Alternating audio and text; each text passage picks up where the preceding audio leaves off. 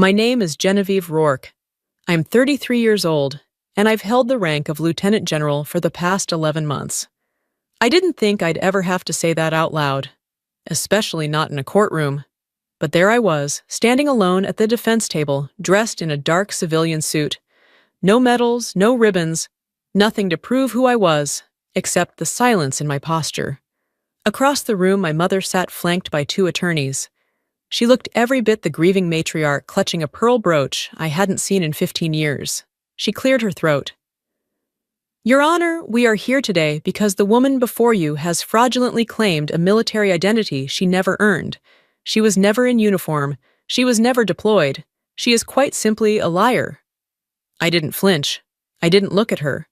I kept my eyes on the judge, an older man with a reputation for dispassion. He raised one eyebrow slightly, then turned to my side. Defense counsel, he said, do you intend to respond?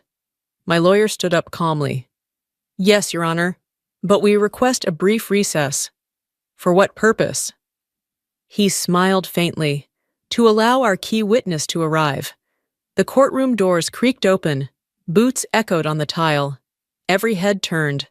And when the man stepped inside, shoulders squared, 4 stars gleaming on each epaulette, you could feel the air shift. He stopped in front of me, looked me in the eye, and saluted.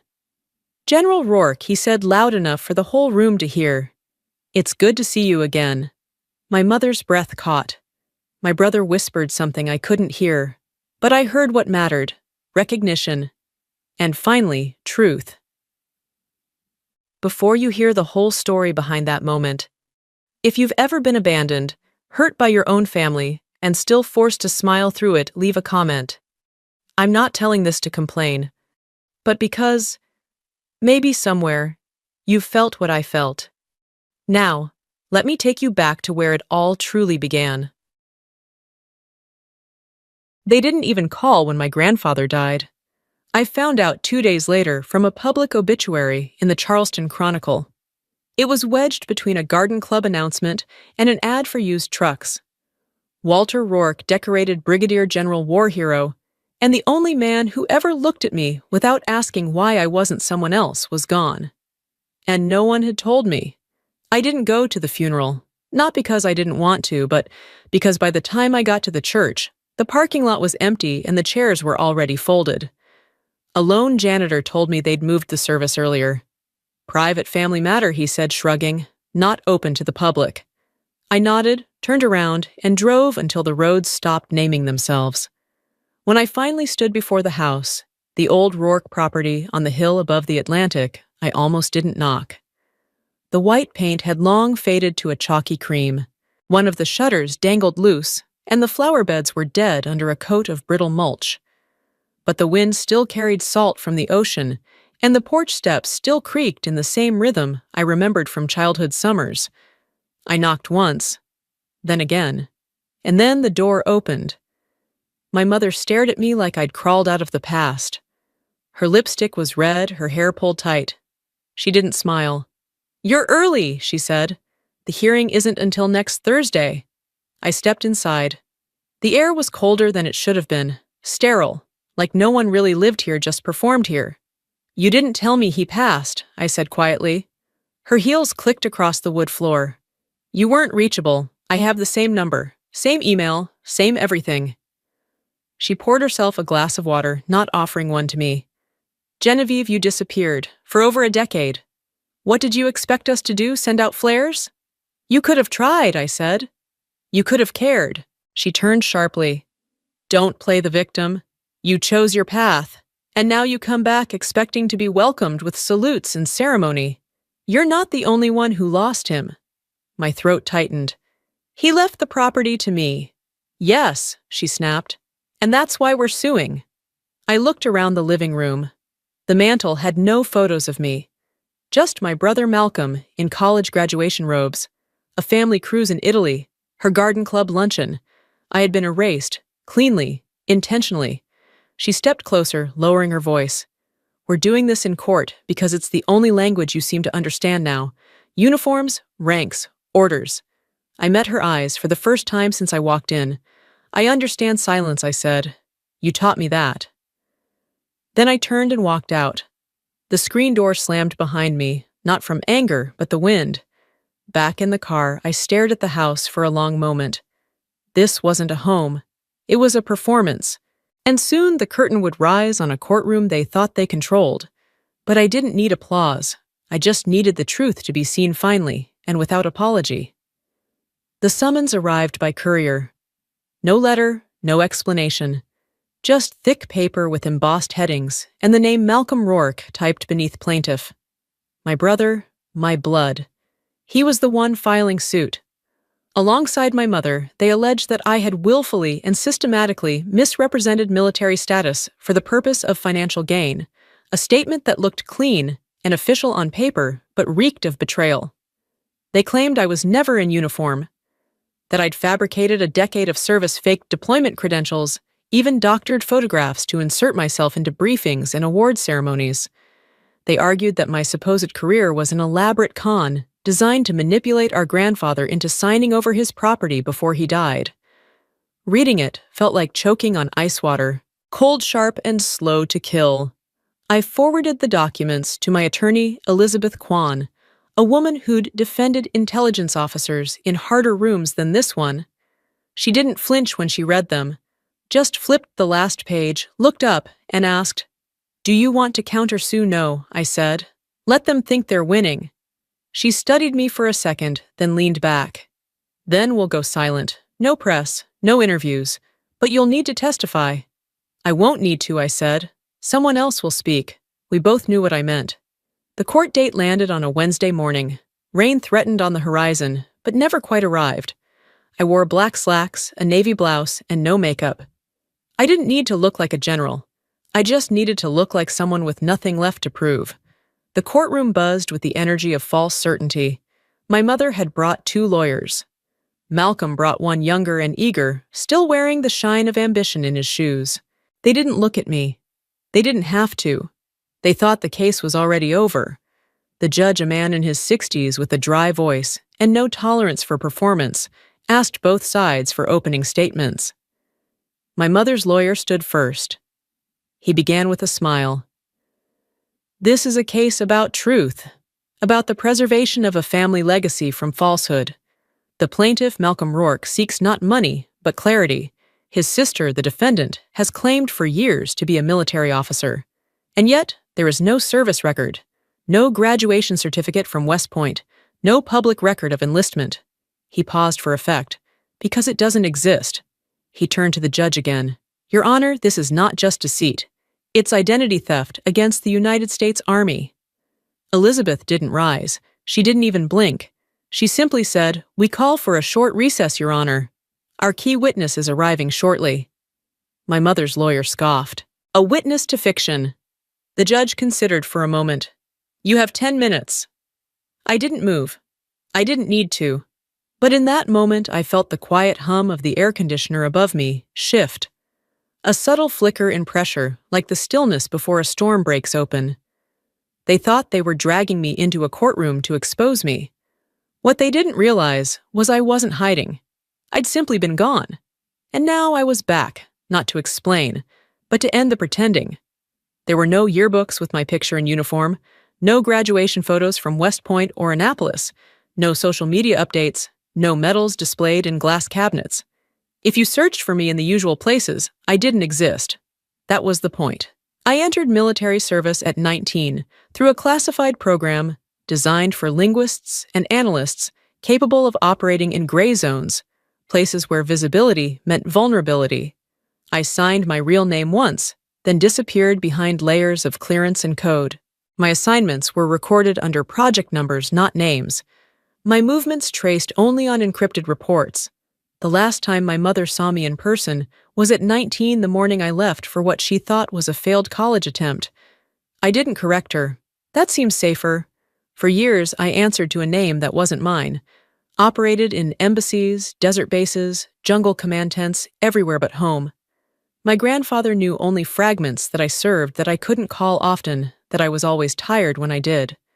But he never pushed. He trusted silence more than questions. I never told him how many times I wanted to come home and didn't. How many nights I stood on foreign rooftops with a headset and a decision no one else wanted to make. Or how many times I stared at a burner phone and wondered if anyone would answer if I dialed. The first time I came close to dying was in a mud compound outside Mosul. A roadside bomb, half an inch from triggering under our vehicle. I watched the timer blink. I remember thinking not of death, but of my brother's 8th grade science project. He'd glued foil stars onto a poster board and called it a galaxy. I helped him with the equations. He never thanked me. I lived. And kept living. And no one back home noticed. That's what staying invisible does. It protects you until it erases you. It wasn't until last year that the curtain began to lift. My final assignment ended with a brief mention in a closed congressional hearing. A recommendation for promotion was submitted, and with it, a reclassification of identity. Someone in the Pentagon asked if I wanted my record unsealed. I said no. But then the lawsuit came, and silence became complicity. So I made the call. One phone call routed through 2 secure lines. No introduction, just my voice flat and steady. I need you to be there, I said. I will, came the answer. But only if you're sure. I'm sure. Now, as I sat in that courtroom with my name on the defense docket and my blood on the plaintiff's table, I realized what this had always been about. Not money, not inheritance. It was about being real, about proving once and for all that I hadn't disappeared because I failed, but because I'd chosen to serve where no one could see me. And now I was ready to be seen, even if it meant letting ghosts become flesh, even if it meant walking through every lie they'd ever told quietly, with boots on polished floors and nothing left to hide. The judge tapped his gavel once. 10 minutes have passed. Defense Elizabeth stood. Yes, Your Honor, our witness has arrived. Before the judge could respond, the courtroom doors opened from the rear. Not rushed, not dramatic, but with a gravity that made everyone instinctively turn. Boots sounded against the marble floor, heavy and deliberate. He wore a crisp Class A uniform, polished black shoes, and on each shoulder, 4 silver stars gleamed under the fluorescence. The room went still. Someone in the gallery gasped. The man didn't look at anyone else. He walked straight to where I sat, stopped, and with the kind of composure that silences chaos, brought his hand to his brow in a perfect regulation salute. Lieutenant General Rourke, he said loud and clear. Ma'am, it's good to see you again. My mother's mouth parted, but no sound came. Malcolm's chair shifted under him, as if the structure itself was trying to get away. The judge leaned forward, lips pressed into a line. And who exactly are you? The man lowered his hand. General Alan D. Merrick, retired, former Chief of Special Operations Command, U.S. Army.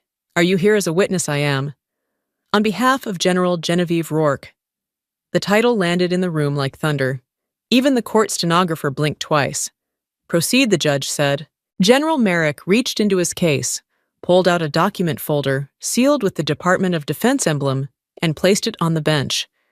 Contained within are the redacted service records, citations, and deployment logs of General Rourke. As her commanding officer for 6 years, I can attest to her authenticity, her contributions to national security, and the classified nature of her service. She was promoted to lieutenant general after completing an operation that prevented the destabilization of a major allied government. I supervised the declassification request personally. He paused, turning to face the courtroom. Everything about this woman has been buried under layers of security to protect this country, not to hide, not to deceive, but to serve. He looked at my mother. And I'll say this plainly, I've buried men with fewer stars than she earned, and she didn't inherit them. She bled for them. Silence clung to the walls like fog. The judge nodded once, then turned to the plaintiff's bench. Would the plaintiff like to respond? My mother tried to speak. Her lawyer whispered frantically, but she said nothing. Her lips moved, but whatever words she formed didn't land. Malcolm didn't look up. He just stared at the floor, one hand gripping his knee. Elizabeth stood. Your Honor, we request immediate dismissal of all claims and the expunging of any suggestion of fraud from the public record, granted, the judge said. Gavel, sharp, final. I exhaled for the first time in days. Not in victory, not in vindication, just in release. Outside, I shook General Merrick's hand. "You didn't have to come," I told him. "Yes," he said, "I did. Because no one should have to prove they bled for people who never once asked if they were okay." He looked down at me quieter now, and because sometimes truth needs a witness, he turned and left before I could say thank you. But then again, I think he already knew. They left the courtroom without looking back. My mother was the first to rise, clutching her purse like it held the last fragments of her control. Malcolm trailed behind jaw-set shoulders, hunched not in anger, but something quieter, smaller, like the weight of the truth had finally found where to land. They didn't speak to me. They didn't need to. Their silence wasn't shock, it was retreat. Elizabeth touched my arm gently. "We can file for legal damages if you want. Defamation, emotional distress. They have no case now." I shook my head. They never did. We walked outside into late afternoon light, soft and clean, like the sky had been waiting for this verdict too. The air didn't smell like victory. It smelled like something older, like closure. I didn't go back to the house on the cliff. There was nothing there I wanted to see again. Instead, I took the long road south toward the old estate my grandfather had left me. The land they'd tried to reclaim through the lawsuit. The property had been untouched for years, a wide stretch of pine and clay, tucked behind a rusted gate that still bore the initials WWR. I parked at the edge of the gravel path and stepped out. The wind stirred quietly through the trees. The house wasn't much, just bones of timber and stone, but I remembered it from when I was small. Grandpa used to call it the quiet post, the place he went to think when the world got too loud. It felt right to be here. I unlocked the front door and stepped inside for the first time in over a decade. Dust curled in the corners. A few pieces of furniture remained covered in canvas and time. In the back room, a map still hung on the wall, dog-eared, faded, but annotated in my grandfather's handwriting. Places he'd fought, places he'd grieved. On the mantel was a frame turned down. I picked it up. It was a photo of me, age 10, arms crossed in a too-big army jacket, standing beside Grandpa at the local Veterans Day parade. I'd forgotten it even existed. And suddenly I was 10 again. I remembered how he'd knelt beside me that day and said, "They may never understand who you are, Jen, but that's never a reason to become someone else." He saw me, long before anyone else ever tried. I placed the photo upright again, brushed the dust off gently, and let the quiet wrap around me, not as punishment, but permission. No more defending, no more proving, no more shrinking myself just to be tolerable. I wasn't angry, I wasn't broken, I was still here, and that was enough. 6 months passed before I heard from Malcolm again. Not a phone call, just a letter, thin, unceremonious, sent to the mailing address listed in court records. No return address. It was handwritten. Genevieve. I don't know what to say that won't sound hollow. We thought we were protecting something. We didn't realize it had already been lost. "I'm sorry, Im." I folded the note once, then again. I didn't tear it. I didn't write back. Some truths don't need to be answered. They just need to land. By then, the land Grandpa left me had become something else entirely. I'd worked with a group of veteran-led builders to restore the cabin, repurpose it into a retreat, small, spare, nothing fancy, but quiet, safe, real. We named it the Rourke Quiet Post, not for me, for anyone who needed stillness without explanation. Former soldiers, intelligence officers, people who had lived in noise for too long and never learned how to come down from it. Once a month, I hosted small gatherings. No formal structure, just coffee porch steps and shared silence. Sometimes people spoke. Most times they didn't. There was peace in that. One evening in early spring, I sat on the back deck, boots up, jacket zipped, and watched the sun slide behind the pines. A younger woman, barely 24, stood nearby, arms crossed tight, like she didn't trust how soft the world had become. She'd only been out of service for 3 weeks. She glanced at me, hesitant. "General Rourke," she said, like the title still tasted foreign. I nodded. "You can call me Jen." She hesitated. "Why did you come back?" I thought about that. About the years I was gone. The years I didn't exist in photos, didn't get birthday cards, didn't hear anyone say my name without suspicion. about the people who raised me but never really saw me, about the courtroom, the salute, the silence after.